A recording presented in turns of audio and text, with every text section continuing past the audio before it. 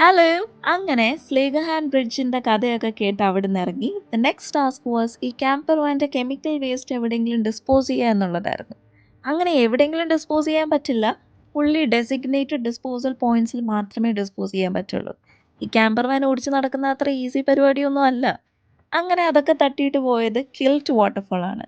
Isle of Skye ഇപ്പൊ ശരിക്കും നല്ല തിരക്കേറിയ ടൈമാണ്. Full of tourist. ഈ വാട്ടർഫോൾ ഒരു 90 മീറ്റർ ഹൈ വാട്ടർഫോൾ ആണ്.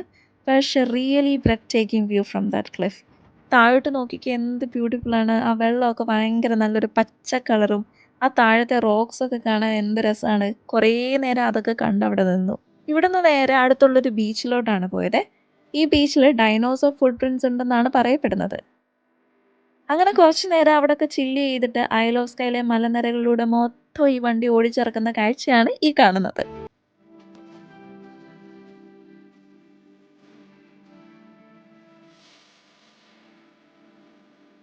അങ്ങനെ താഴെ ഇറങ്ങിയപ്പോ നല്ലൊരു കിടിലൻ സ്പോട്ട് കിട്ടി.